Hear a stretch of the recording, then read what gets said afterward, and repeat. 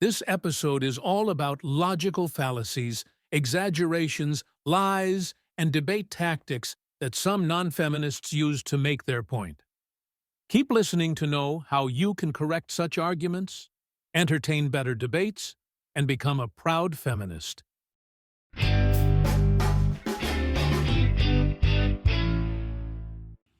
Recently, I came across videos from the Red Pill community, famous conservative spokespersons, and men's rights activists.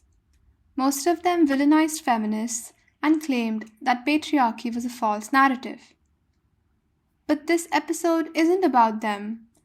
It's about deconstructing such myths, knowing the true stats, and remembering the actual importance of the movement.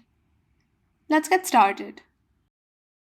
But the people who are at the forefront of the men's rights movement, they are very vocal about women's roles in society. Women shouldn't vote; they should stay in the kitchen, and that's a legit thing. That's a narrative that's out there. I mean, It's not a fringe. No, I'll tell you what. The main base is not that.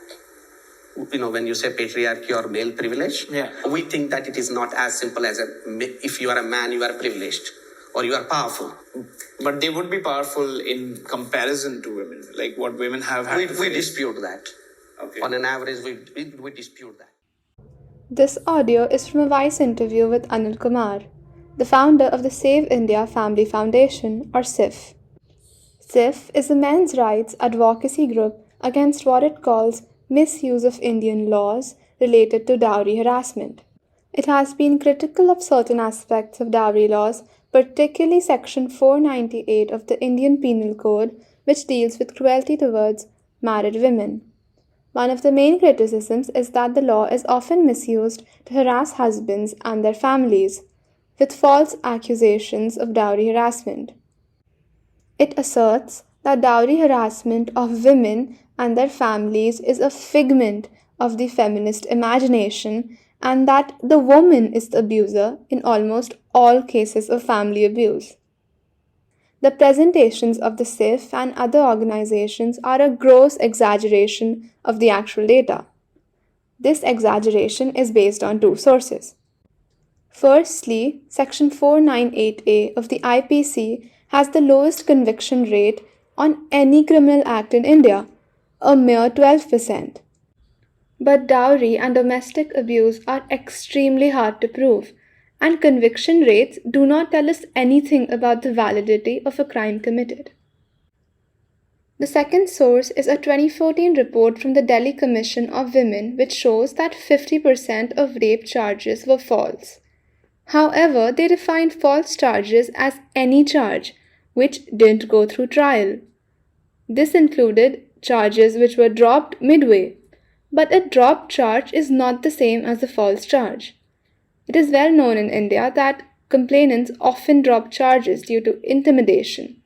And anyways, most of the abuse cases are never even actually filed.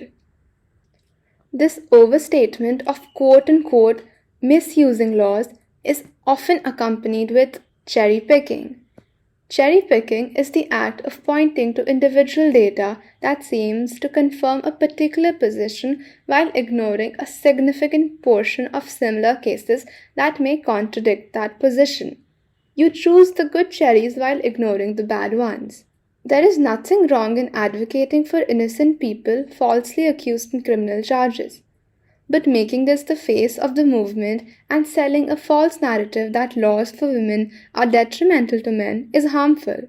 Instead of asking for reforms in the criminal justice system, men's rights activists campaign for decriminalization of anti-dowry offenses with the threat of imprisonment removed. The truth is that dowry as a practice is thriving in India.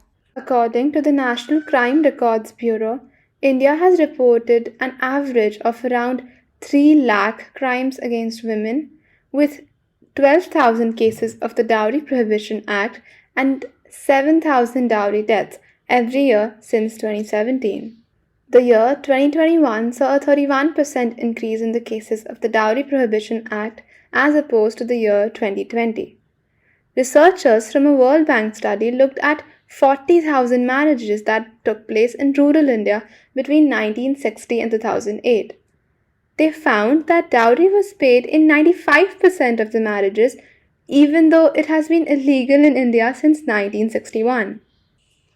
If you point these statistics out, many will call you out for apparent misandry or man-hating. This is called the straw man fallacy, or in this context, straw feminism.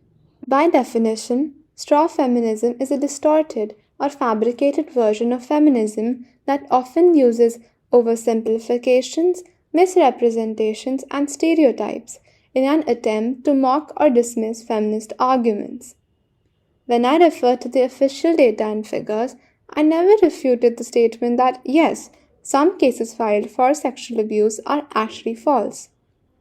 I was just trying to point out that the problem isn't in the law. The problem is with its implementation. The problem is with the criminal justice system, the institution which is not able to protect innocent people and prosecute the ones who have committed a crime. And the problem is with the society and its tendency to not believe victims of such crimes. The men's rights movement in India has also called for more quote-unquote gender-neutral laws. With this, we come to the third fallacy for today. I like to call this the equalizer. The equal treatment fallacy is a naive interpretation of egalitarianism, which often disregards equity and leads to the false conclusion that, in order to be a true egalitarian, you should always treat people equally.